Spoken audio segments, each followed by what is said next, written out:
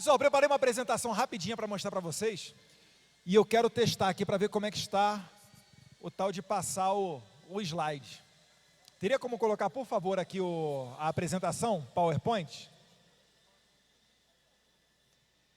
Falar um pouquinho da nossa inserção nesse tabuleiro mundial de várias forças. Então, quando eu fizer assim... Onde é que está a pessoa que passa? Está lá atrás ou está aqui no meio? Opa!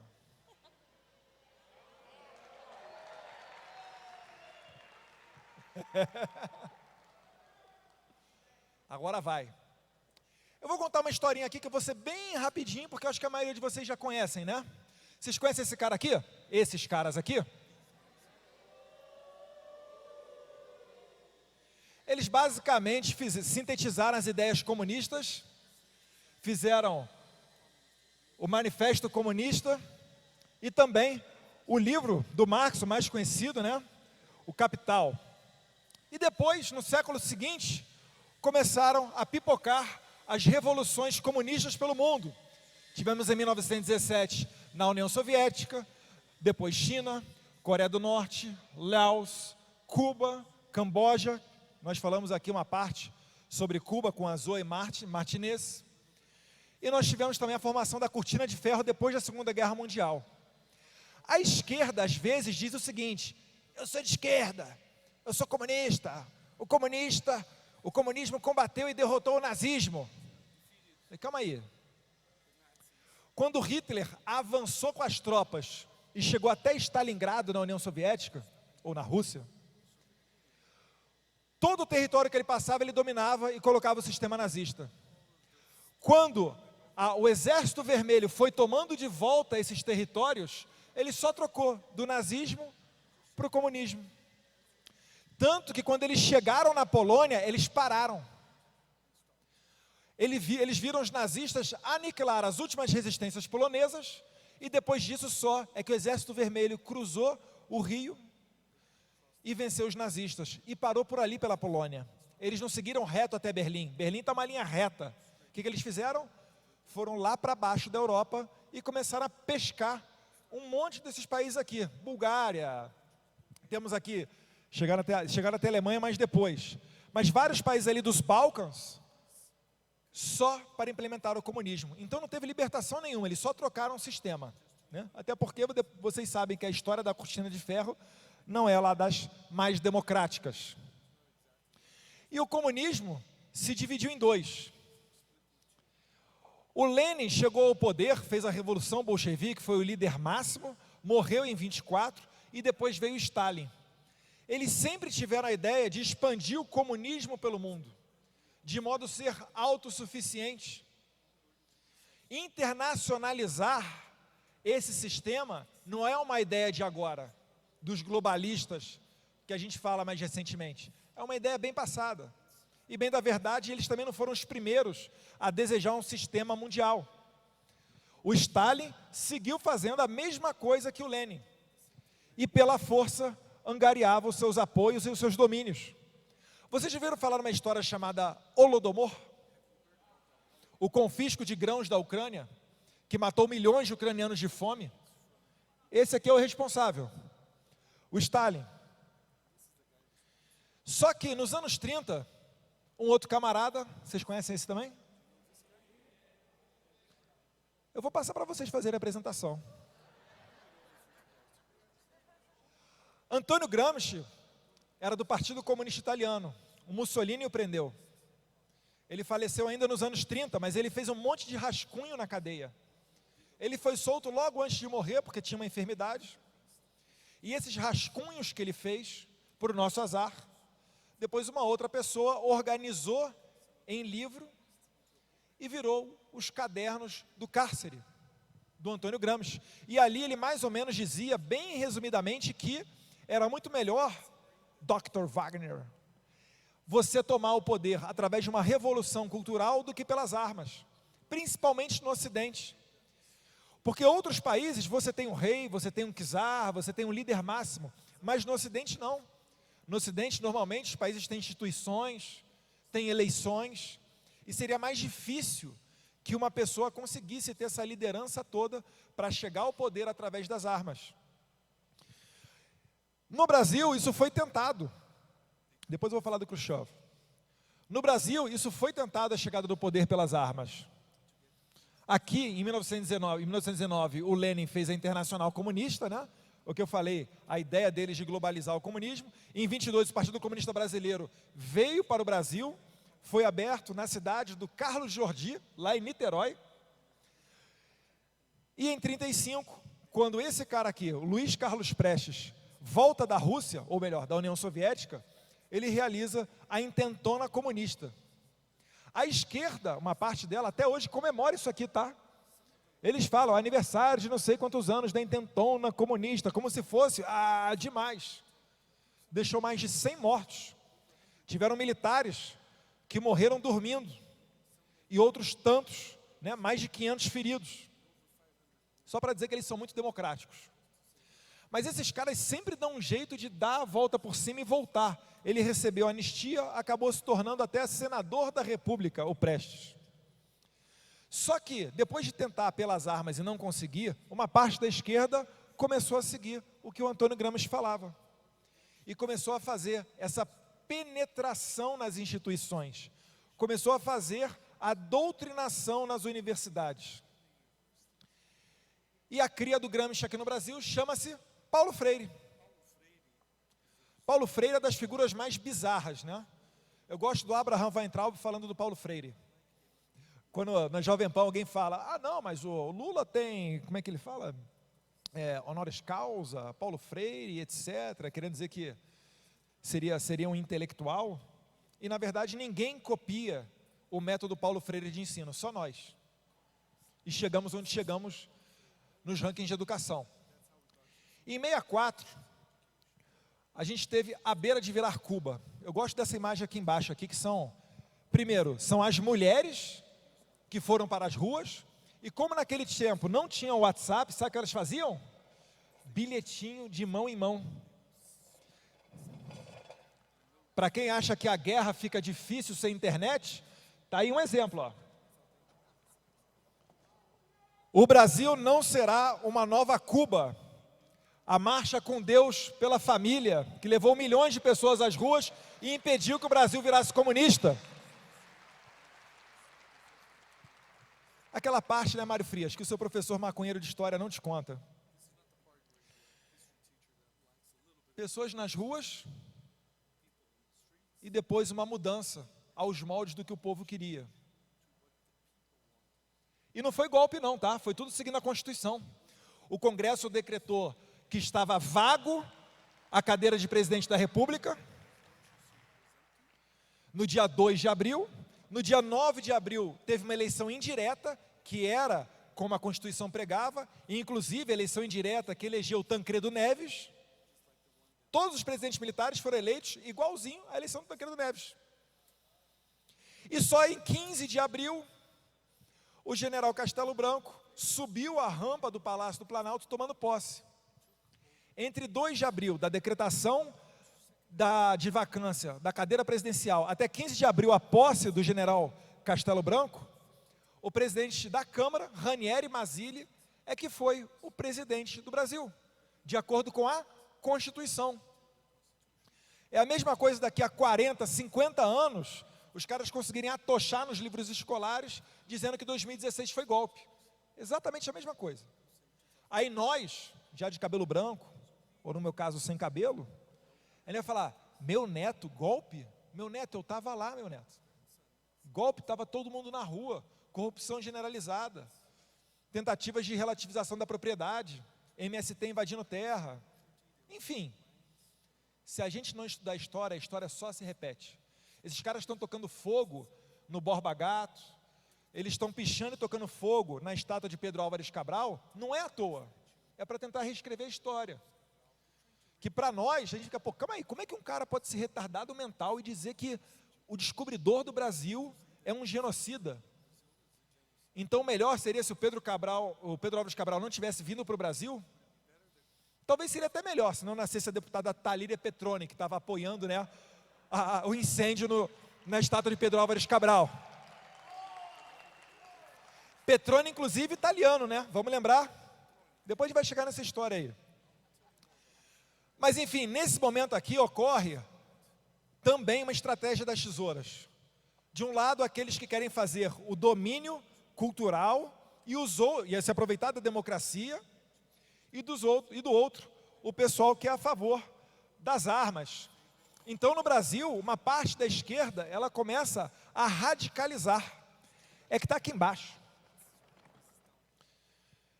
Vocês conhecem esse cara daqui? Agora não. Aê, quem é que falou? Vou te dar uma camisa, pode ali pegar lá no stand do ICL.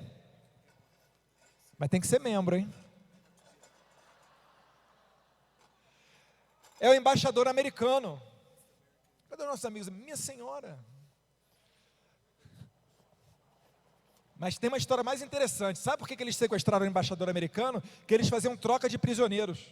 E aqui estão os prisioneiros que foram, eles chamavam de presos políticos, né? Daquela época. Mas que foram presos depois na democracia também. E, inclusive, mais de uma vez. Temos aqui um rapaz que pode pedir música no Fantástico. Condenado no Mensalão, no Petrolão e também no regime militar. Zé Dirceu. Esse novinho aqui. E aqui, infelizmente, né, a morte do almirante na bomba do aeroporto de Guararapes, lá em Pernambuco. Por que colocaram uma bomba no aeroporto de Guararapes? Porque supostamente o general Costa e Silva, que estava em campanha pelo Brasil para a presidência, sim, você fazia campanha porque você tinha que ser votado pelos deputados e senadores, estava passando lá. E a bomba acabou matando um almirante e um outro jornalista. Provavelmente, vocês só conhecem o Herzog, né? Do jornalista Regis, eles não falam, né? O jornalista Regis morreu nessa bomba aí também, fora dos outros mutilados e feridos. Então, depois disso, é que ocorreu um recrudescimento do regime militar para agir de maneira mais rigorosa, não numa guerra entre país contra país, mas numa guerra contra um inimigo interno. Que naquele tempo era preciso, então, você ter acesso, não ao WhatsApp, que não existia, mas acesso a cartas, prisão para averiguação, uma relativização dos direitos fundamentais, para evitar que sequestradores que embaixadores fossem sequestrados, que almirantes fossem assassinados, bombas postas em aeroportos. E os militares fizeram muita coisa boa, muita coisa boa. Sem as obras dos militares, o Brasil não existiria hoje, né? Temos aqui Transamazônica, você ia de São Paulo até Manaus de carro, tá? Nos anos 70. Isso acabou por causa dessa mentalidade radical ambientalista, que acha que preservar é sinônimo de isolar. E aí, existem até promotores e procuradores do Ministério Público que autorizam a retirada do asfalto, mas não um asfalto novo, só para ficar tudo em barro. Transamazônica, usina nuclear de Angra, tecnologia nuclear, só o próprio país que desenvolve, não é comercializado entre os países. Ponte Rio-Niterói, 74, e Itaipu Binacional, a então maior geradora de energia do mundo. Olha que orgulho de ser brasileiro. Mas isso tudo daí também prova que só economia, meus caros. Quem aqui era do Partido Novo? Eu vi alguém aqui que era, o Salles estava aqui embaixo, né? Eu vou contar uma história, Sabará. Vou contar uma história para você. Aí você conta para os seus colegas do Partido Novo, tá? Ah, volta lá. Eles perderam tantos membros, eu acho que eles já aceitam de volta, será? Que a economia, por si só, não impede de um país ser dominado pela esquerda. O Brasil saltou da 48ª para a 10ª economia do mundo, porém, deixou de lado a parte cultural. Ah, deixa esse professor maconheiro de história entrar lá na universidade. Ah, não se liga não, esse cara está falando tamanha bobeira, esse cara não vai nem conseguir nada, porque aquele cara que vai se formar na universidade, ele vai precisar de emprego, ele vai entrar no mercado de trabalho, vai pagar suas próprias contas, vai ver como é que é o mundo de verdade, enfim. A gente chegou num domínio tal, que vocês devem ter visto em 2018, gente entrando com a camiseta do Bolsonaro em universidade e literalmente caindo na porrada ou sendo cuspido. Vocês devem ter visto, como aconteceu aqui no NB, o rapaz lá com a bandeira da monarquia, né, do Império, Brasil Império, e caindo na porrada. Não precisa ser Bolsonaro não, basta não ser esquerdista. E das universidades saem juízes, promotores, políticos, sindicalistas, jornalistas. E aí fica difícil de você lutar essa guerra. Depois do regime militar, só para finalizar a parte histórica, nós temos aqui 3 anos interessantes. O que aconteceu em 88? A nossa Constituição. Vocês não gostam da Constituição, não? E em 89? A queda do Muro de Berlim. Muitas pessoas até falam que se a nossa Constituição fosse feita nos anos 90, ela seria diferente. Talvez não tivesse lá a função social da propriedade, essas coisas aí de relativização do direito à propriedade.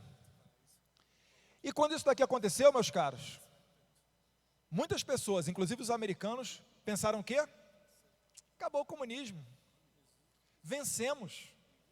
Está aqui, ó, um êxodo de gente que saiu da Alemanha oriental, vindo para a Alemanha ocidental, capitalista.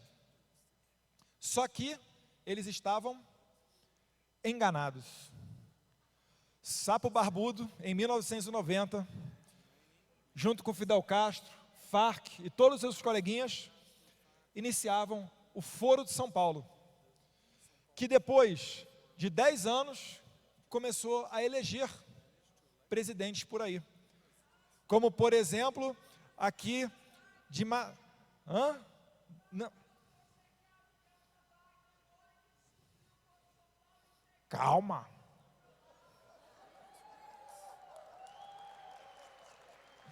Como em 99 teve, dos nossos amigos venezuelanos aqui, Hugo Chávez. 2002 o Lula, Néstor Kirchner. Está aqui Maria Fernanda Cabal, não tinha te visto. Entre outros, Evo Morales.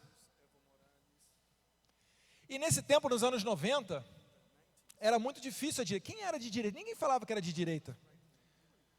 O pessoal foi tão esculhambado que associaram direita à ditadura militar, associaram direita a torturador, e ninguém falava mais nada. A esquerda nadou de braçada durante anos. Se vocês pararem para ver, nos anos 90 foi o ano onde mais, ou a década, onde mais se aprovaram essas leis ditas de direitos humanos. Tem só lei beneficiando o bandido. Hoje em dia o cara, se ele for preso, ele responde em liberdade, em regra. Ele tem advogado para defender de graça. Tem sursi processual, transação penal. O cara, se for condenado, via de regra, se não for crime hediondo, sai depois de um sexto cumprida a pena, ele tem a evolução para um regime melhor, visita íntima, se te pagar a fiança, sai da cadeia, ou se for conservador não sai, né? A gente está vendo isso agora. Mas enfim, uma série de benefícios em que a pessoa se sente cada vez mais seduzida pelo crime, principalmente se morar numa zona vulnerável. Nos anos 90, tinham 2 caras que eram muito chacota: Olavo de Carvalho e Jair Bolsonaro.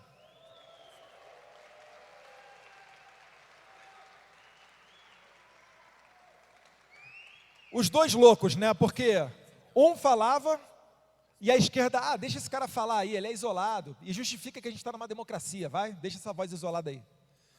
E o outro falava os fatos que iriam ocorrer 10, 15, 20 anos depois, mas até que ocorressem, era motivo de chacota. Na entrevista do Bial, né? Pô, como assim? Poxa, o comunismo vai voltar. Tem o Enéas também, calma. Enéas em 94 foi o terceiro mais votado da eleição presidencial de 1994. Talvez se naquele tempo tivesse internet, teria grandes chances de ser presidente do Brasil. Perdemos, infelizmente, mas bem lembrado o nome do Enéas. E depois de tanto tempo dormindo, em 2013 tivemos uma grande manifestação. Inicialmente as pessoas foram para as ruas para protestar contra um aumento da passagem de ônibus no Rio de Janeiro. Só que a população estava tão farta que acabou-se todo mundo indo para a rua. E é um ponto marcante, porque foi quebrado o monopólio da esquerda das ruas. Porque até então só a esquerda, a CUT, só esse pessoal que ia para as ruas. Todo mundo que era revoltado com corrupção ou com vários outros temas, assistia pela televisão, mas não ia. Finalmente, depois de décadas dormindo, vendo futebol e televisão, nós acordamos. E em 2018, com a evolução desses tempos, né, em 2016 teve impeachment da Dilma, que eu não vou aprofundar aqui, mas em 2018, graças ao novo componente chamado internet, veio aí o chamado tsunami Bolsonaro. Tem o vídeo aí de 2018, meu caro? Se puder passar, por favor, eu agradeço.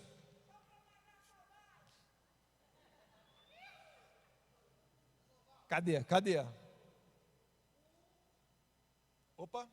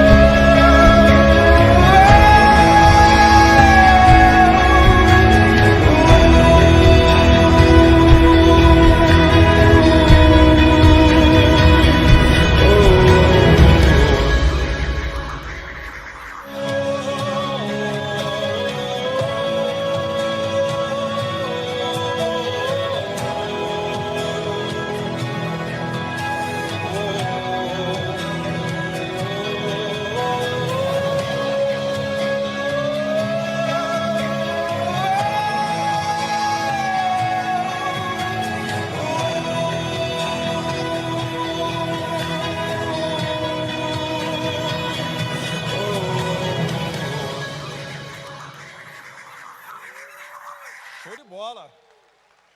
Vamos matar a saudade desses tempos de 7 de setembro, hein?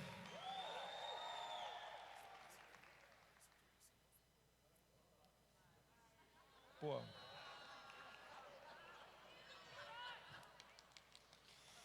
Mas assim como quando ocorreu com a queda do Muro de Berlim, que muita gente disse que o comunismo tinha acabado, muitos também acharam que eleger o presidente da República seria o suficiente para mudar o país e ter o país que nós queríamos. Só que nós só elegemos a cereja do bolo. Faltou o resto do bolo. Por isso que hoje em dia nós estamos vivendo tempos sombrios, estranhos, onde pessoas inocentes têm a visita da Polícia Federal ou mandados que impedem atos ordinários da sua vida, né? Vocês estão vendo aí o Brasil Paralelo tendo que responder publicamente, chama CPI. Várias pessoas aqui, o Alan dos Santos, o Sérgio Reis, Belízia, Rei Bianchi, o Facuri, Bruno, bem como a desmonetização de canais de YouTube. Vocês conhecem essa moça aqui?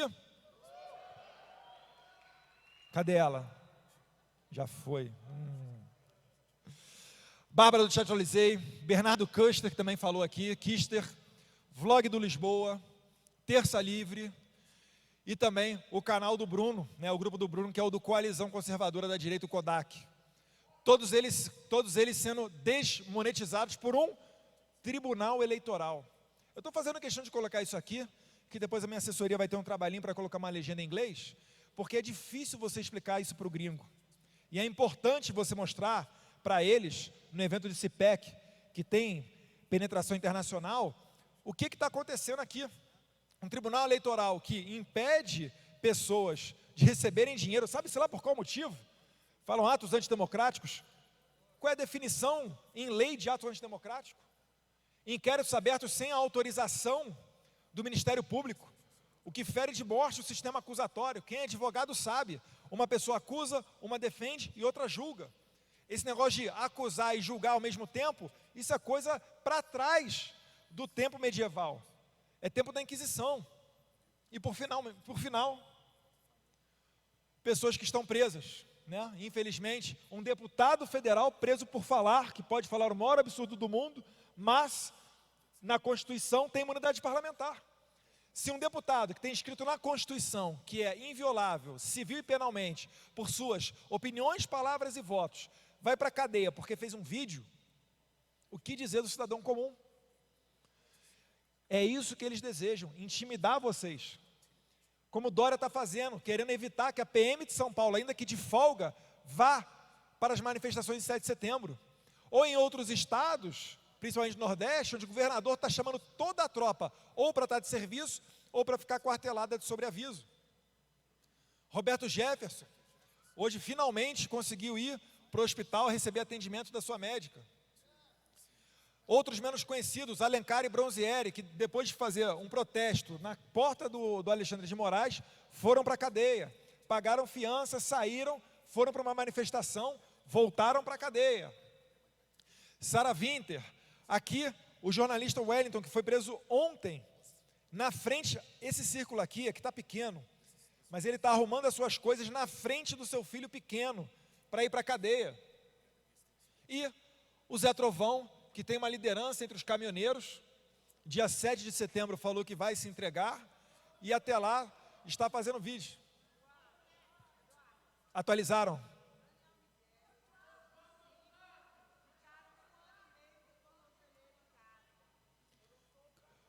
Sim, tem o Oswaldo Eustáquio, jornalista, acabou que eu não coloquei aqui. Esse quadro aqui, ele não é exaustivo, tá, gente? Tem muito mais gente que recebeu mandado, recebeu uma visita da Polícia Federal, tem muito mais gente que teve o canal desmonetizado e tem outros presos. Eu vou atualizar e vou botar o Oswaldo Eustáquio, não se preocupem, porque é importante também dizer que tem um jornalista que foi preso por essa corja. Voltando aqui para a questão do socialismo aqui no Brasil. Por que isso aqui acontece? Por que o presidente quer governar e não consegue? Por que ele faz uma medida, como por exemplo, uma redução de impostos de importação, que para quem estuda direito sabe que é um imposto extrafiscal, ou seja, não tem fins arrecadatórios para o tesouro. Ele não tem uma vinculação para pagar o salário do servidor. É um imposto para regular o mercado. Ele sobe e desce do dia para a noite. É normal, é natural isso. Mas o presidente, ainda assim, quando reduz o imposto de importação sobre armas, o ministro Edson Fachin vai e anula a decisão dele. Isso ocorre, gente, por causa disso aqui. É toda uma estrutura que foi montada enquanto nós, e aí eu me incluo, estávamos dormindo. Quando muitos estavam anestesiados, achando que estavam vivendo uma normalidade democrática e se preocupando com outros afazeres, enquanto a esquerda, que é profissional do Estado, esses caras vivem de dinheiro público. É aquele cara que tem quase 40 anos de idade, o que você faz? Sou universitário. O cara é profissional de movimento estudantil. Nós temos aqui, só na época de eleição, tá? Manu e Haddad rezando na igreja, querendo, eles desejam essa penetração porque sabem que as igrejas são um poder muito importante e as igrejas não seguem os ditos, os dogmas da esquerda, então é necessário se infiltrar ou destruir. Por isso que todo padre, eles dizem que é pedófilo e todo pastor estelionatário. Aqui um partido bem organizado, inclusive, né, com a bandeira do Brasil ali, mais uma vez tentando entrar numa seara que não é a deles. Movimentos de rua, feministas, tem movimento negro, dentre outros ditos movimentos sociais. Na imprensa, Televisão Globo, ONGs como Sou da Paz, desarmamentista, e o Instituto Igarapé, da Ilona Zabó, que o Moro queria colocar dentro do governo. Greenpeace, que eu recomendo assistir o documentário do Brasil Paralelo, a Cortina de Fumaça, para saber a realidade desses caras. O melhor amigo do Nicolas Ferreira, né? Felipe Neto. Dentre outros, uma classe política hipócrita, que tentava nos acusar, por exemplo, de fazer disparos em massa de WhatsApp. Mas quando Hans River foi para a CPI da Covid, ele disse exatamente que era o Rui Falcão, para quem ele já fez disparos em massa de WhatsApp. E a nossa maravilhosa classe artística, né? Que vive igual vocês, de Lei Rouanet e dinheiro público, não é isso? Ah, vá, vocês nunca pegaram dinheiro da Lei Rouanet? Não? Cadê o Mário Frias? Não? Esses caras aqui entraram, 15 mil projetos da Lei Rouanet sem auditoria, uns 12 ou 13 bilhões de reais. Experimenta você, 5 milhões de documentos não auditados, está falando o secretário aqui. Imaginem você errar um zerinho ou 10 reais na sua declaração de imposto de renda. Cai ou não cai na malha fina? Como é que esses caras conseguiam tanto dinheiro assim? Era para comprar a classe artística, para falar ele não, ou para ficar quieto. E para contrapor, a gente tem isso tudo aqui, que precisa crescer, é verdade, mas também relembra o motivo de nós estarmos aqui, para que a gente venha se conectar. É a X do Zap, gostou? Olha vocês aqui, ó. Quem elegeu Jair Bolsonaro não foi a Globo não, tá? Foi isso daqui, ó.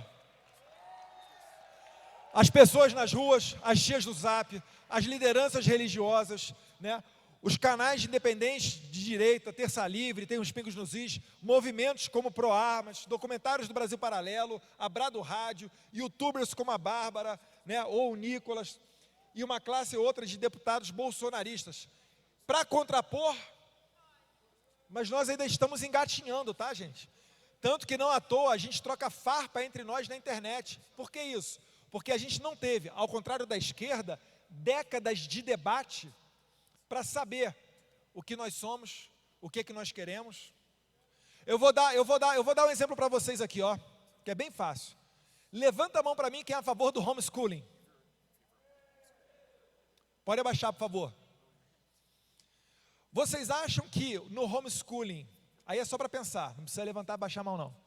Vocês acham que no homeschooling o ideal é que o aluno tenha só uma avaliação, quando ele vai entrar na universidade, aplicar de repente para ele uma prova do Enem, para saber se esse aluno de homeschooling, se ele está com o seu intelecto bem ou não? Ou será que é melhor aplicar uma prova por ano a esse aluno? Ou talvez uma prova por trimestre? Conseguem perceber que a gente achou que concordava com tudo, mas acabou sendo não tudo? Por exemplo, armas de fogo. Vocês acham que o presidente deve liberar ponto .50 para o cidadão civil, igual nos Estados Unidos? Ou vocês acham que tem que ter um critério e segurar até determinado calibre? Isso tudo, eu sou a favor de 50, confesso. Isso tudo é matéria de discussão que às vezes entre nós mesmos, a gente acaba se degladiando. Mas é normal também porque nós preservamos a liberdade. Ninguém aqui recebe mensalão e ninguém aqui é atochado nos seus direitos para seguir a esquerda, para seguir no movimento. Quem quer sair candidato sai, tem muito mais liberdade. E a notícia que eu venho trazer para vocês aqui é que ninguém vai vir nos salvar. Você e eu somos os protagonistas. É o presidente fazendo dele, é o deputado fazendo a parte dele, e é o povo fazendo a sua parte também. Nós já sabemos quem são os nossos inimigos. A gente já sabe o que a gente não quer. Alguém gosta aí do Foro de São Paulo? Lula, Dilma, Kirchner, Morales, Hugo Chávez, Maduro, Correa. E que agora tem um novo nomezinho, né? chamado Grupo de Puebla. Essa não é uma ideologia, isso é um movimento. Sempre depois que eles são desmascarados, eles dão um jeito de mudar. As Farc participava sempre do Foro de São Paulo, até que em 2002 sequestraram a senadora Bittencourt, e ficou muito feio na foto se dizer, né, pô, as Farc faz parte do Foro de São Paulo. Então eles tiraram, mas só formalmente. Tanto que o Lula depois aconselhou as Farc a virar um partido político, e hoje eles são um partido político até com assento no Congresso Nacional, graças às cotas que o ex-presidente Santos deu para as Farc, indo contra o plebiscito. Pode ter mudado de nome, mas segue sendo Farc. O que eu fiz agora prestando satisfação a vocês? Em 2018, eu não conversei com meu pai e falei, pai, fui eleito presidente, bacana. Poxa, deixa eu dar uma volta aí pelo mundo para começar a fazer uns contatos, tentar organizar um movimento, fazer alguma coisa. Eu não falei nada disso com ele. Em 2018, eu fui, salvo engano, com o Felipe Martins, com Coimbra, estava lá também o Gerald, que está por aqui, que nos ajuda muito em Nova York, e tive uma rodada de cerca de 30 mesas em Nova York, Washington e Miami, com fundos, com empresários, com pessoas de destaque, só para passar o recado que, olha, o Brasil não é mais aquela corrupção do tempo de Lula e Dilma, não. Agora a gente tem um presidente e um governo novo que é honesto e vai acabar com o socialismo no Brasil. E para minha infelicidade, meu voo indo para lá ainda atrasou. Eu cheguei direto, foi lá em Washington, direto já para as mesas de reunião. Com inglês, que a mídia adora fazer chacota, né? Tá aí, a principal foto que circulou dessa minha viagem. A imprensa fazendo chacota, dizendo que eu era um baba-ovo do Trump. Ele botou o boné do Trump com terno e gravata. Enfim, as maiores baboseiras possíveis. Dei uma entrevista pela primeira vez para a Fox News. E o que disseram? Análise do inglês do Eduardo Bolsonaro. Gente, eu vou falar uma coisa aqui, principalmente para os mais jovens. Se você trilhar o caminho do certo, do justo, do correto, sempre vai ser mais trabalhoso. Sempre vai ter espinho, mas é o único que nos garante botar a cabeça no travesseiro à noite e dormir tranquilo. Peguei um pouquinho da experiência americana, da cultura deles, de doação, fundraising, organização e etc. E fiz o meu primeiro evento lá em Foz do Iguaçu, a Cúpula Conservadora das Américas. Se lembra, senadora? ¿Te acuerdas, senadora? Por supuesto que sim, não? Falar espanhol tem que botar a língua no meio da boca aqui. E depois, o primeiro encontro entre o presidente Bolsonaro e o presidente Trump, em março de 2019. Eu vou contar essa história rapidinho, porque a gente tinha combinado o seguinte, olha, se for para alguém entrar com o presidente Bolsonaro, a gente estava na Blair House, né? Estava eu, o Felipe, o presidente, etc. Ele falou, se for para entrar alguém, entra o Felipe. Sabe muito bem de internacional, manja tudo, dá assessoria perfeita para o presidente. Quando a gente chegou lá e o presidente Bolsonaro entrou com o presidente Trump no Salão Oval, veio um diplomata do Itamaraty e falou, Eduardo, estão te chamando lá. Eu falei, não, é para o Felipe ir. Não, mas estão chamando você. Aí eu olhei para o Felipe falou, então vai, ué. Aí eu fui lá e entrei. Fiquei ali no canto. E o que saiu na nossa maravilhosa imprensa? Eduardo Bolsonaro entra no Salão Oval e o chanceler Ernesto Araújo fica de fora, tentando criar uma intriga entre nós. E de fato, se o Ernesto não fosse uma pessoa humilde, se fosse uma pessoa com vaidade, um ego exagerado, talvez tivéssemos brigado por ali. Mas, e eu nem sabia, quem me chamou não foi meu pai, foi o Trump, eu nem sabia. E talvez o Trump tenha me chamado, porque alguém, eu fico perguntando, quem é que buzina no ouvido do Trump que eu estou fazendo alguma coisa? Mas eu fiquei muito honrado desse vídeo aqui, em que ele faz uma menção a mim, nessa ocasião. Cadê o som, meu cara? Nos jardins da Casa Branca. Se tiver o som, pode deixar rolando. I think of all possibilities, all options are open. We'll see what happens. And by the way, I see in the audience the son of the president, who has been fantastic. Would you please stand up? The job you've done during a very tough period of time is just fantastic. And I know your father appreciates it, that I can tell you. Okay, thank you very much. Fantastic. Olha para o Jair Bolsonaro, ó. Sagar Enjeti from... Valeu, moleque. Senta aí. E o principal, meus caros, deixa a imprensa falar à vontade, faz o teu, faz o certo, corre atrás. Nessa ocasião, também nessa viagem, nós tivemos contato com esses dois caras que são sensacionais, e é graças a ele que a gente tem o CPEC no Brasil, porque eles é que fazem o CPEC nos Estados Unidos. O Matt Schlapp e o Dan Schneider, queria pedir uma salva de palmas para eles, por favor.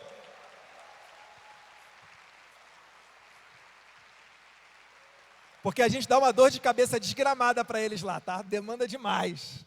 Então, Matt, Dan, muito obrigado pela ajuda de vocês. Muito obrigado por nos permitir fazer esse evento aqui hoje. Na sequência, nosso amigo Charlie Gerald, a Mercy, que é a esposa do Matt Schlapp, a gente fez o CPEC lá em São Paulo, em 2019. Quem é que estava lá? Ah, boa parte, ó. Aqui era de graça. Não, tinha que cadastrar só. E ato contínuo, também nesse CPEC, eu e o Sérgio Santana, a gente teve a mesma ideia. Vamos profissionalizar isso, criar um CNPJ, abrir um instituto, fazer curso de formação, alugar uma sede, fazer encontros, reuniões, eventos. E aí, a gente criou o Instituto Conservador Liberal, que é o caminho pelo qual a gente está realizando o CPEC aqui. Tive a minha primeira participação, o primeiro e único brasileiro, até onde eu sei, a ter um local para falar no CPEC lá nos Estados Unidos. Olha a importância do nosso país cada vez maior.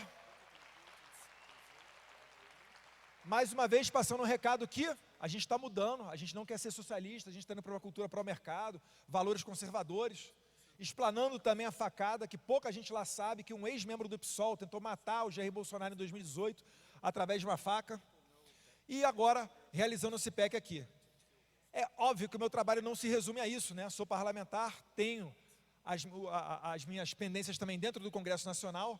Destaco aqui que o Trump e o Bolsonaro, nessa situação, também assinaram um acordo de Alcântara, e que eu, como presidente da Comissão de Relações Exteriores e Defesa Nacional, pude colocar na nossa comissão e ser aprovado, e certamente vai tirar da miséria a população que talvez more no local mais pobre do Brasil, que é em Alcântara, no Maranhão, mesmo tendo aquele governador lá, mas esquece isso, a população tem que ter os frutos e os benefícios das ações de Jair Bolsonaro. E a pergunta que a gente sempre se faz, e você? O que nós podemos fazer para ajudar o Brasil nisso tudo? Eu vou deixar aqui o vídeo de encerramento, mas dizer que quando você está fazendo uma live com seu celular, quando você vai para a rua, quando você participa da motociata do presidente, você está colaborando. Se no dia 7 de setembro você não sair de casa, depois você não vai ter o direito de reclamar quando prenderem o próximo deputado, quando desmonetizarem o próximo canal, ou talvez quando a Polícia Federal chegar na tua casa. Não acha que a esquerda vai passar a mão na tua cabeça, não. Eu já tenho um X nas costas por causa do meu sobrenome. Mas como é que vocês acham que vai ser quando o Jair Bolsonaro sair? Porque se ele sair, vocês já sabem quem vai entrar. O que é que vai acontecer? Então todos nós, mesmo nas atividades mais simples, quando a gente fala no restaurante, quando a gente vai na padaria, quando a gente desmascara uma fake news para um vizinho, falando que o presidente Bolsonaro está levando a verdade e políticas boas para a população, todos nós estamos ajudando. E aí eu queria passar esse último vídeo para encerrar o CPEC com vocês. Se puder, por favor.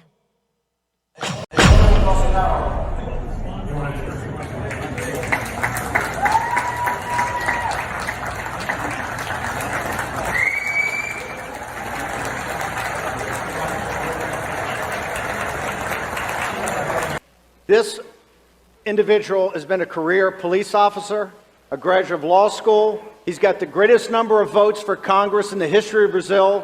He's the third son of the Trump of the tropics, President Jair Bolsonaro of Brazil.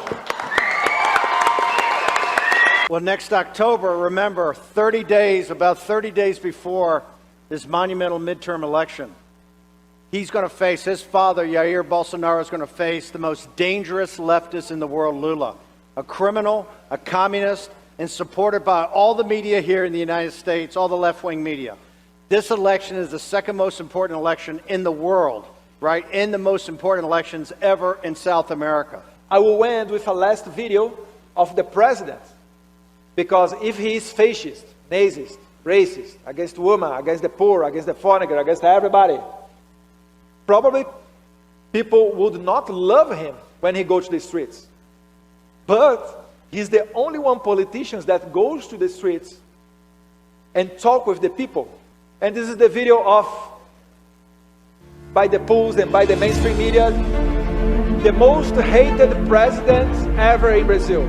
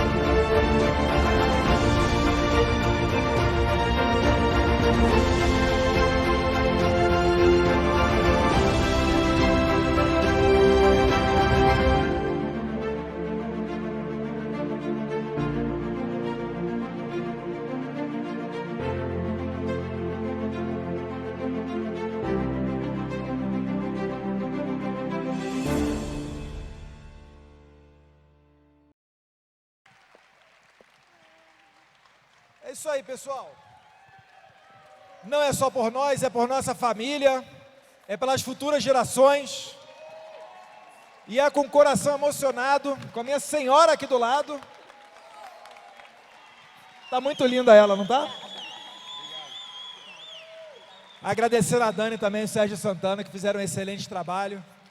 Dizendo que ano que vem a gente também tem um encontro marcado no próximo CIPEC, que não tem data, né, Sérgio? Mas que certamente será realizado. Então, muito obrigado a todos vocês que vieram até aqui. A gente agradece de coração. Infelizmente, tivemos apenas 50% de ocupação devido às restrições da pandemia, mas eu espero que todos vocês tenham gostado de estar aqui e tenham trocado experiência e contatos. Muito obrigado a vocês que fazem isso aqui acontecer. Valeu, gente. Valeu, pessoal que assistiu em casa. Boa noite, fiquem com Deus. Até o próximo CIPEC, gente. E até o 7 de setembro. Grande abraço a todos. 7 de setembro a gente se vê, hein?